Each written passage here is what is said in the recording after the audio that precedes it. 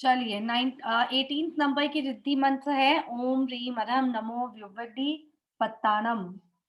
ऐसे रिद्धिदारी मुनि जिन्हें विक्रिया रिद्धि प्राप्त हो अथवा जो वाद विवाद में कुशल हैं उनको हमारा प्रणाम हो।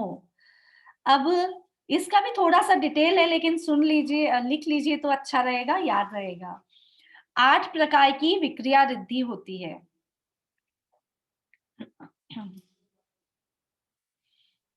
अच्छा, पहले एक चीज बताती हूँ आपको।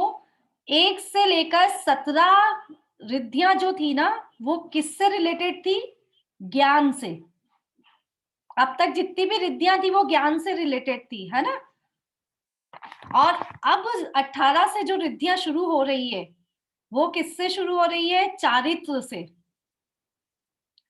रिद्धियां सारी तपस्या के बल से ही प्राप्त होती हैं, तपस्या से ही रिद्धियां मिलती है, किंतु 1 से 17 तक ज्ञान में अतिशय दिखाती है और 18 से रिद्धियां शरीर में अतिशय दिखाती है।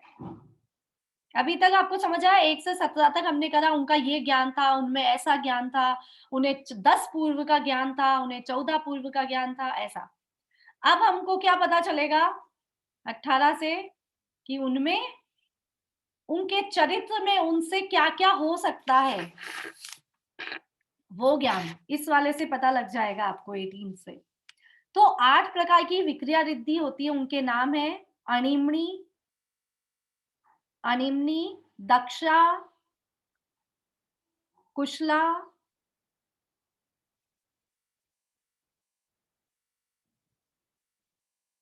महिमनी, लघिमनी, हाँ थोड़ा सा टिपिकल है, हाँ, शक्ता, शक्ता, शक्ता, नेक्स्ट है कृतिनो, क्र, क के नीचे र, कृतिनो, और लास्ट है गरिमनी। ये 8 प्रकार की विक्रिया रिद्धि होती है। अभी जैसे ही मैं आपको समझाऊंगी ना, आपको जल्दी से इजीली समझ आ जाएगा। रिपीट करती हूँ। अनिमनी, अनिमनी, दक्षा, कुशला, महिमनी, लघिमनी, शक्ता, कृतिनो और गरिमनी। ठीक है।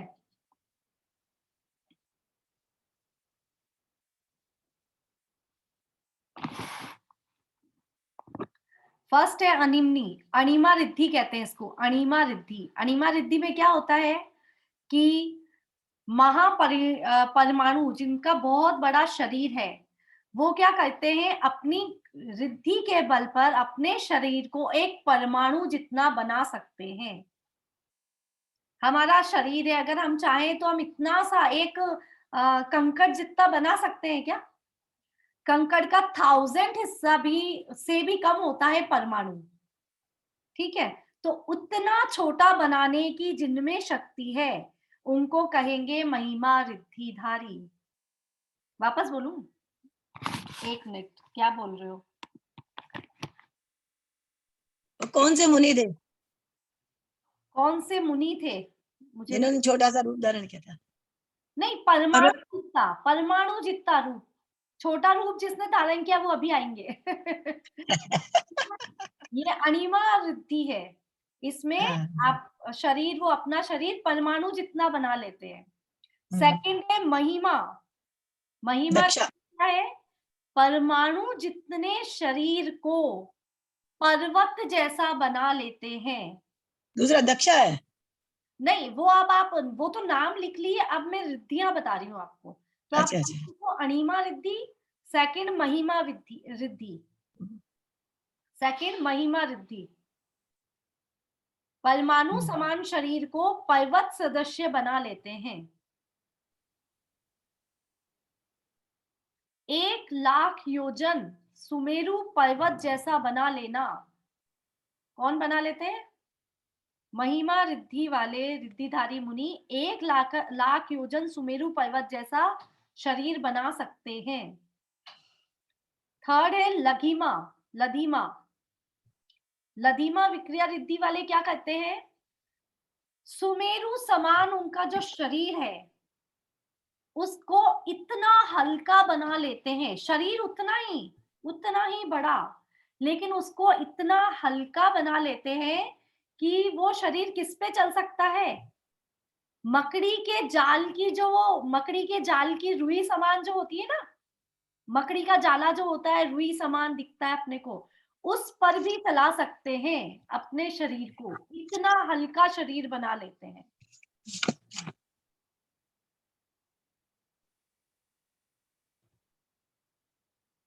आई सभी को समझ? ठीक है, लघिमा रिद्धि कहते हैं इसको।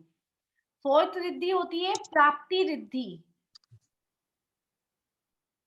प्राप्ति रिद्धि, कितनी बड़ी बड़ी रिद्धियां है, सोच भी नहीं सकते हम तो। चौथी है प्राप्ति रिद्धि, उसका क्या है, खड़े तो भूमि पर है और अपना हाथ ऊपर करके सूरज को पकड़ सकते हैं, चंद्रमा को पकड़ सकते हैं। इसको कहते हैं प्राप्ति रिद्धि, कि अपने हाथों से किसी भी चीज को प्राप्त कर सकते हैं, कहीं भी हो। तो ये तो हम सूरज चंद्रमा की बात कर रहे हैं, तो पृथ्वी पर तो वो कहीं भी पहुंच सकते हैं अपने हाथों से। जैसे कि विष्णु कुमार को रिद्धि प्राप्त थी, ठीक है, हाँ बिल्कुल। उन्होंने अपने पांव कितने बड़े किए कि पूरी भूमि को 3 पांव से ही नाप लिया, 3 पैर से पूरी पृथ्वी को। तो ऐसी रिद्धियां जिसको प्राप्त होती है, 2 पाँव से नाप लिए। हाँ 2 पांव से, तीसरा रखते तो जगह ही नहीं थी पूरा। फोर्थ है प्राक्राम्य रिद्धि। प्राक्राम्य रिद्धि फिफ्थ है, सॉरी, फिफ्थ है प्राक्राम्य रिद्धि। कुलाचल और पृथ्वी कायिक जीवों को, कुलाचल और पृथ्वी कायिक जीवों को बाधा न पहुंचाते हुए वे जहां चाहे वहां चले जाते हैं।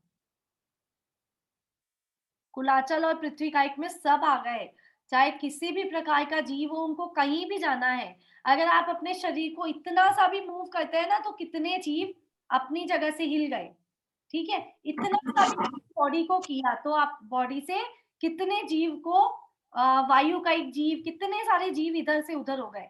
लेकिन वो कहीं भी चले जाए, उनके कहीं आने जाने से जीवों को हानि नहीं पहुंचती है, वो कहीं भी विचरण कर सकते हैं। ऐसे होते हैं प्राक्राम्य रिद्धि। प्राक्राम्य रिद्धिधारी मुनि। अब उसके बाद है ईशत्व रिद्धि। ईशत्व। ईशत्व, कहीं भी खड़े हो जाओ, किसी भी गांव, किसी भी शहर, किसी भी कस्बे में, छोटी जगह हो चाहे बड़ी जगह हो, जहां जाएंगे वो उसके स्वामी बन जाते हैं। ठीक है, जहां पर जाएंगे, जिस जगह खड़े हो गए, वो वहीं के स्वामी वो बन जाते हैं। उनमें ये ईशत्व रिद्धि प्राप्त होती है। ठीक है, वशित्व, उसके बाद है वशित्व। वश में कर लेते हैं। जो चाहे वो वश में कर सकते हैं, जो चाहे वश में कर सकते हैं।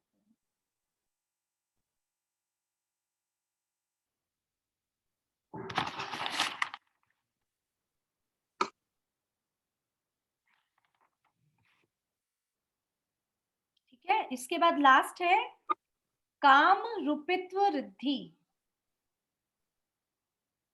काम रूपित्व रिद्धि, अपने आप को कितना सुंदर बना देते हैं। नहीं, कितना सुंदर नहीं, अपने तो आप को चाहे जो रूप में ले आते हैं, मनुष्य, हाथी, घोड़ा, सिंह, शेर, मतलब कोई भी तरह का रूप हो वो धारण कर सकते हैं। चाहे मनुष्य का करना हो, चाहे तिर्यंच का करना हो, जैसी अपनी इच्छा वो अपना रूप बना सकते हैं। उनमें ये रिद्धि प्राप्त होती है उनको, इतना सामर्थ्य उनको प्राप्त हो जाता है। अब ये 8 प्रकार की विक्रिया रिद्धि आपने सुनी, लेकिन आपको पता है ये जितने भी ये जितने भी विक्रिया रिद्धिधारी मुनि होते हैं, वो अपनी रिद्धियां यूज ही नहीं करते हैं। कभी भी यूज नहीं करते हैं वो, और उनको क्या करते हैं, वो दीक्षा ले लेते हैं। रिद्धियां तो पहले ही प्राप्त हो जाती है, जब वो अध्ययन करते हैं, तप करते हैं, त्याग करते हैं, तो उनको रिद्धियां प्राप्त हो जाती है। सारी रिद्धियां उनके सामने आके खड़ी हो जाती है, आप आज्ञा दीजिए, आप जो भी। लेकिन इतना सामर्थ्य होने के बाद भी वो सबका त्याग कर देते हैं और दीक्षा ले लेते हैं, और जैसे ही वो दीक्षा लेते हैं और उनको सिद्धि प्राप्त हो जाती है, वो रिद्धियां उनको सिद्ध हो जाती है। ठीक है, इसका फल बता दिया मैंने। जो इस मंत्र का जाप करता है उसे इच्छित वस्तु का, इच्छित पदार्थ, इच्छित वस्तु की प्राप्ति हो जाती है। हाँ हाँ, बोलिए कल्पना जी, बोलिए। इसका जाप कैसे करते हैं मगर? इसका पूरा करना चाहिए क्या? हाँ, इसका जाप कैसे करना है? इसका जाप वही 21 डेज कंटिन्यू करिए। आप पानी का ग्लास लेके बैठ, पूरा बोलना चाहिए क्या? ओम ह्रीम अरम नमो अरियंताणम करके हाँ, पूरा बोलना? अगर पूरा बोलेंगे तो बेस्ट है, पूरा बोलिए। ओम रीम हाँ, हरम नमो ओम रीम हरम नमो सॉरी, ओम रीम नमो अरिहंताणाम नमो व्युवण पत्ताणाम राम रीम रूम रोम रह असी आऊसा अप्रति चक्रे फटवी चक्राए झ्रोम झ्रोम नमः स्वाहा। पूरा बोलिए, क्योंकि अगर किसी चीज की हमको सिद्धि प्राप्त करनी है तो हमको उसकी जड़ तक जाना पड़ेगा। छोटे से काम नहीं चलेगा।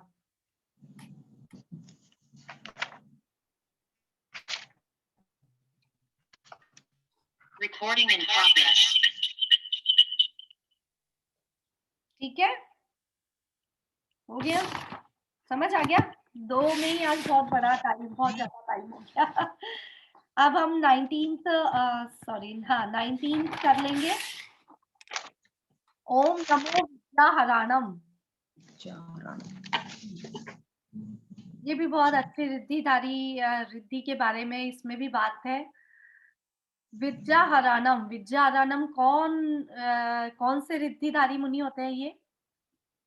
जैसे हम मनुष्य हैं वैसे ही एक तरह के मनुष्य और होते हैं, उनको विद्याधर मनुष्य कहते हैं। उनको क्या कहते हैं? विद्याधर कहते हैं। वो भी एक प्रकार की मनुष्य जाति ही है ना? लेकिन वो भूमि अलग होती है, कर्म भूमि ही होती है, लेकिन वो भूमि अलग होती है। वो भी, उनको भी दीक्षा लेनी पड़ती है, और दीक्षा लेकर वो भी क्या करते हैं? मोक्ष जाते हैं। उस जगह पर भी सुखमा दुखमा काल चलता रहता है। ऐसे विद्याधर मनुष्यों को नमस्कार, जिन्होंने जीवन भर विद्याओं का प्रयोग नहीं करा। कौन है वो विद्याधर मुनि? जिन्होंने जीवन भर विद्याओं को यूज नहीं किया और दीक्षा ले ली, और उनको सारी विद्या सिद्ध हो गई। तो ये विद्याधर मुनि, विद्याधर मनुष्य की रिद्धियां होती है। ठीक है, 2 तरह की रिद्धियां होती है ये वाली। एक तो जाति विद्या। विद्या विद्याएं 3 तरह की होती है। ठीक है, 3 तरह की विद्या होती है, ये भी आप लोगों को अच्छा लगेगा सुन के। पहला जाति विद्या। जाति विद्या में आता है मातृ पक्ष। जो विद्या हमको माता से मिली होती है, माता के परिवार से मिली होती है, जो संस्कार हमको जन्म से ही मिल जाते हैं, माता से मिल जाते हैं, उसको जाति विद्या कहते हैं। दूसरी होती है कुल विद्या। दूसरी कुल विद्या का मतलब जो हमें पितृ पक्ष से मिलती है, पिता से मिलती है, पिता के पिता से मिलती है, और पिता के पिता के पिता से मिलती है, उसको क्या कहते हैं? कुल विद्या। जो बहुत कुलों से आती है, रूढ़ी से चलती आ रही है। हमारा फिक्स हो जाता है ना, जो काम करना है तो करना ही है, रूढ़ी है। और तीसरी होती है तप विद्या। उस विद्या में क्या करते हैं? ये विद्या बहुत ही अच्छी विद्या है। इस विद्या में क्या करते हैं मुनि? षष्टम या अष्टम उपवास करते हैं, और तप करके विद्याओं को प्राप्त करते हैं। जैसे 6 उपवास किया, फिर अन्न लिया, या 8 उपवास किया, फिर अन्न लिया, फिर 8 उपवास किया, ऐसे उपवास करते हैं। फिर उनको कोई भी तरह की रिद्धि, कोई भी तरह की विद्या प्राप्त होती है। ठीक है, इनमें कौन थे? ऐसी विद्या प्राप्त करने वाले कौन थे? जैसे रावण। हाँ इसीलिए मैंने कहा ना अब आपको अच्छा लगेगा। विभीषण, कुंभकर्ण, कितनी विद्याएं प्राप्त थी उनको और कितना तप किया था। उनका तप के बारे में तो सभी को पता है, कितना तप किया था उन्होंने। ठीक है, रावण का मरण क्यों हुआ अमर होते हुए भी? क्योंकि उसने अपनी रिद्धियों को यूज कर लिया, है ना। विभीषण का अच्छा क्यों हुआ? क्योंकि उन्होंने अपनी रिद्धियों को यूज नहीं किया। कुंभकर्ण सोता ही रहता था, जागे तो खाता ही रहता, उसे भी इस तरह की रिद्धि ही तो प्राप्त, ये विद्या ही तो प्राप्त हो गई थी उसे। उसने भी अपना इसका यूज किया तो उसको अंत समय में मरण मिला ही मिला। तो ये होती है 3 तरह की विद्याएं। इन विद्याओं को प्राप्त करने वाले को कहते हैं ओम नमो विद्याहराणम। विद्याहराणम मतलब विद्याधर, ऐसे ऋषि जिन्हें विद्याएं प्राप्त हो, उन्हें हमारा प्रणाम हो। चलिए, इसका फल क्या है? इसका फल है प्रवचन वाली जगह पर अपना प्रभुत्व बना लेना। जैसे कहीं भी प्रवचन को हम समझेंगे लेक्चर, हम कहीं भी लेक्चर दे रहे हैं, किसी भी तरह का लेक्चर दे रहे हैं, 2000 5000 10,000 की भीड़ है, हम वहां खड़े हैं तो सब हमारी बातों से अट्रैक्ट हो रहे हैं। ठीक है, तो अगर ऐसा चाहते हैं, हम टीचिंग लाइन में हैं, कहीं पे लेक्चर लाइन में है, लेक्चर देना है, या कहीं भी ऐसी फील्ड में है जो चाहे हम कि दूसरे हमारी बात सुने, तो उनको इस रिद्धि मंत्र का जाप करना चाहिए। ठीक है, चलिए आज के लिए लास्ट, नमो चार नानम। ओम ह्रीम अरम नमो चार नानम। ऐसे ऋषि जिन्हें चारण रिद्धि प्राप्त हो, उन्हें हमारा प्रणाम होए।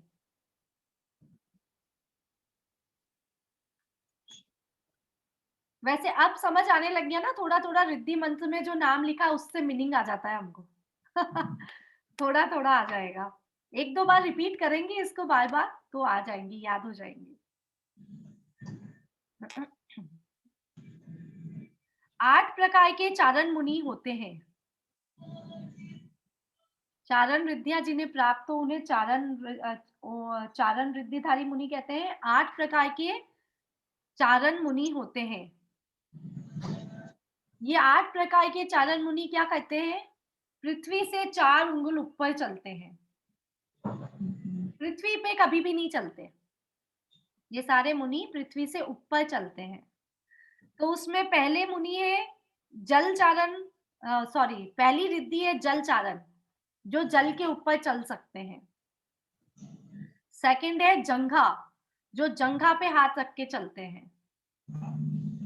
ठीक है, तीसरी है तंतु, तंतु के ऊपर से गमन। तंतु मीन्स अभी बताया ना, जैसे मकड़ी के जाले का जो तंतु होता है उस पे भी चल सकते हैं, तो इतने हल्के हो जाते हैं कि वो कहीं भी चल सकते हैं, हवा में ही चल रहे हैं। और फल, 4th है फल, 5th है पुष्प और 7th है बीज। फल रिद्धि, पुष्प रिद्धि और बीज रिद्धि, इन सबके ऊपर गमन कर सकते हैं, लेकिन उन्हें जरा भी किसी भी तरह की बाधा नहीं आती। जैसे फ्रूट, फल, सॉरी, पुष्प होते हैं, कितने कोमल पुष्प होते हैं, लेकिन उनपे भी पांव रख के चल जाते हैं। कौन? चारण रिद्धिधारी, उन पर भी पांव रख के चल सकते हैं। बीज हो, चाहे पुष्प हो, चाहे फल हो, कोई फ्रूट हो, उन सब पे भी, मतलब पेड़ पौधों पे चल के जा सकते हैं, लेकिन पेड़ पौधों पे चल के जाने में पत्तियां तक भी नहीं हिलती है। ठीक है, आकाश, लास्ट सेकंड है आकाश, आकाश रिद्धि। आकाश रिद्धि में मतलब जो आकाश में गमन करते हैं। और लास्ट है श्रेणी।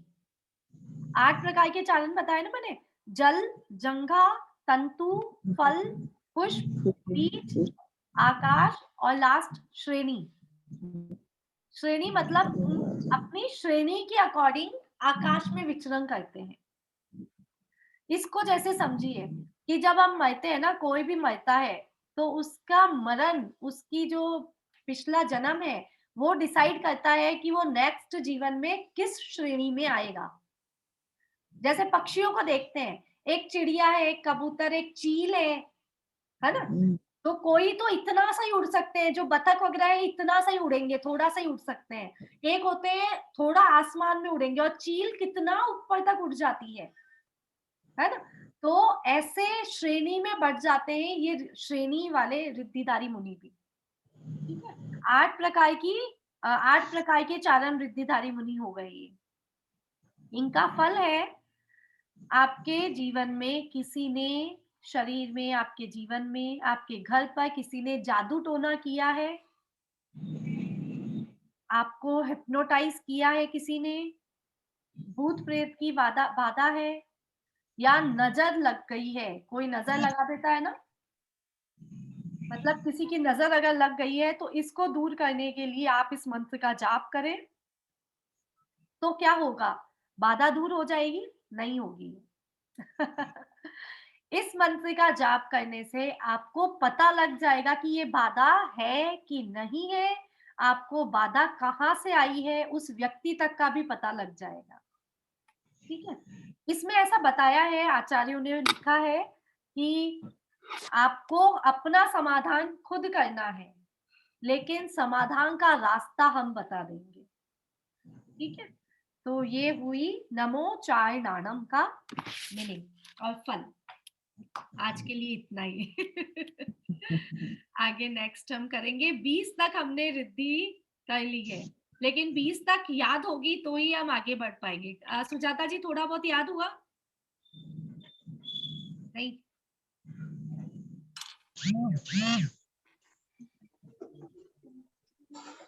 जय जिनेन्द्र दीदी, वो मेरी तबीयत अच्छी नहीं है ना, मुझे कुछ टाइम नहीं मिल रहा है। नहीं, तबीयत अच्छी नहीं है का बहाना नहीं, तबीयत अच्छी नहीं है तो ज्यादा बोलने हैं हमको। नहीं, वो सही है, रिद्धि मंत्र बोलने से ही तो ठीक हो जाएगी तबीयत। सही है। नहीं, मुझे एक बात भी आपको पूछनी थी। पहले कैसा होता था ना, मैं जब भी स्वाध्याय करने बैठती थी ना, तो बहुत अच्छे से हो जाता था मुझसे। मैं जो भी करती थी वो अच्छे से मुझे हो भी जाता था और मैं करती भी रहती थी। लेकिन अब क्या हो रहा है, सब उल्टा पुल्टा हो रहा है। अच्छा। मेरा माइंड भी थोड़ा ठीक नहीं है अभी। हाँ, तो हाँ। अभी मुझे ऐसा लगता है कि मुझे याद आ गया है, मैं बोल सकती हूँ, लेकिन बाद में देखो तो मैं सब भूल चुकी हूँ, ऐसा हो रहा है मुझे। वो आपका इसीलिए थोड़ा माइंड डिस्टर्ब है ना, इसलिए आपको ऐसा। हाँ, तो इसीलिए थोड़ा मैं मेडिटेशन पे ज्यादा ध्यान देना चाहती हूँ। हाँ, अभी मेडिटेशन करूंगी मैं, जब से मैं अभी लिखना भी चालू कर दिया है, कल से मैंने कर रही हूँ। मैं 9 बार लिख रही हूँ सब रिद्धि मंत्र, हाँ, रोज 9 बार लिखना चालू किया है। मैं करूंगी, सबसे अच्छी तरह से करना चाहती हूँ और करूंगी भी मैं। हो लेकिन जाएगा। पहला मुझे माइंड ठीक करना है मुझे। माइंड सेट करना है, सही बात है, सही बात है। हाँ, ये नहीं, वो तो एक हंसी मजाक वाली बात है कि आपको याद होने चाहिए। अब हम याद कैसे करेंगे? क्लास में हाँ, अगर मीटिंग में याद हो जाते हैं तो बहुत अच्छी बात है, नहीं तो क्या हाँ, होता है कि रह जाता है, वो रह जाता है। ठीक है। हाँ। और क्या हो रहा है, क्लास भी मुझे अटेंड करना होता है, लेकिन उसी टाइम पे कोई ना कोई आता है घर पे। नहीं, वो अब तो क्या है कि घर सबका आना जाना सब कुछ स्टार्ट है ना, तो ऐसा ही चलता हाँ, रहता है। हमारे भी ऐसे। इसलिए हाँ, आज भी मैं ऐसा लग रहा था कि मुझे अटेंड करना है, लेकिन ऐसे आए थे तो मैं कर नहीं पा रही थी ना। तो उनके जाने के बाद मैंने जितना मुझे मिलेगा उतना मैं करती हूँ करके। लेकिन बाद में 1 घंटा बैठ के सब सुनना है, ऐसा आपके सामने बैठकर जो हम बात करते हैं तो बहुत सुनने में अच्छा लगता है ना। वो है। बाद में फिर सुनना पड़ता है, तो आपसे बात करेंगे तो ज्यादा मन हल्का भी होता है थोड़ा सा। अच्छा भी लगता है। वैसे भी प्रैक्टिकल हम सामने रहते हैं तो उसमें का मजा अलग ही होता है। ऐसा रहता है जैसे सामने हाँ, ही बैठे हैं सब, और पता नहीं कहाँ कहाँ से है सब, हम एक दूसरे को ना जानते हैं ना पहचानते हैं। लेकिन फिर भी मन से अंदर से अटैचमेंट हो गए हैं, है ना? आज सुबह भी मैंने कोशिश की बहुत। मैंने ऐश्वर्या को भी बोला, मैं बोलती हूँ मेरा सब अच्छा से आ रहा है क्या, नहीं बोला तो मैं आगे का पढ़ लेती हूँ, पीछे का भूल जाती हूँ। ऐसा हो रहा है मेरा, क्यों हो रहा है मालूम नहीं है। कोई बात नहीं, कोई बात नहीं। आप लेकिन लोग जिसको याद नहीं हो रहे हैं वो क्या करिए कि केवल लिखिए एक एक बार ही। जैसे हाँ, 1 to 20 लिख लिए, या 1 to 9 ही याद करने हैं तो 1 to 9 लिख लिया आपने, फिर वापस 129 लिख लिए, फिर 129 लिख लिए, लेकिन आपने याद कर लिए ना, आपको बहुत अच्छा फील होगा। क्योंकि मैं आपको बता रही हूँ, जब से इंद्रा आंटी ने मुझे कहा था कि हम 2 दिन में याद कर सकते हैं, और मैंने 2-3 बार पढ़ने की टेक्निक की, उसके बाद मेरा मंदिर से आना, मंदिर जाना। और कभी भी जब भी हम सीढ़ियां चढ़ते हैं, क्या करिए, सीढ़ियां चढ़ते हैं ना, पहला रिद्धि मंत्र से चालू करिए, आपकी एंड सीढ़ी तक आपको याद हो जाएंगे। वापस कहीं भी जाना है, उतरना है, आपको रिद्धि मंत्र ऐसे याद हो जाएंगे जल्दी जल्दी। ठीक है ना? ठीक है। तो ये तरीके होते हैं कि हम कैसे रिद्धि मंत्र को याद करके, और क्या होता है कि उस समय हमारा माइंड स्टेबल हो जाएगा। जब हम सीढ़ियां चढ़ रहे हैं, अगर हम बोलते चढ़ रहे हैं ओम ह्रीम अरम नमो जिनाना, मन में ही बोलते चढ़ रहे हैं, तो हमारा माइंड में और कुछ भी नहीं है उस समय। अगर हमारी मृत्यु भी आ जाती है उस समय, तो हमें क्या मिलेगा? अच्छा अच्छा फल मिलेगा। तो जितना समय हो सके उतना, और घर पे हमेशा हमेशा घर पे आपके रिकॉर्डिंग रखिए, वो पेन ड्राइव लगा लीजिए, स्पीकर हो तो जितना हम रामायण चला सकते हैं, पाठ चला सकते हैं, नमोकार मंत्र चला सकते हैं, विद्यासागर जी महाराज की आवाज में नमोकार मंत्र है, वो चला लीजिए। आपके घर में शांति फैल जाएगी, एकदम से शांति आ जाएगी, है ना? तो आप करिए थोड़ा सा, फिर बात भी करना मुझसे, है ना? एक बार कॉल करना मुझे। करूंगी। ओके, थैंक यू दीदी। चलिए जी, थैंक यू सो मच। अच्छा लग रहा है, मुझे बहुत अच्छा लग रहा है रिद्धि मंत्र से बताते हुए।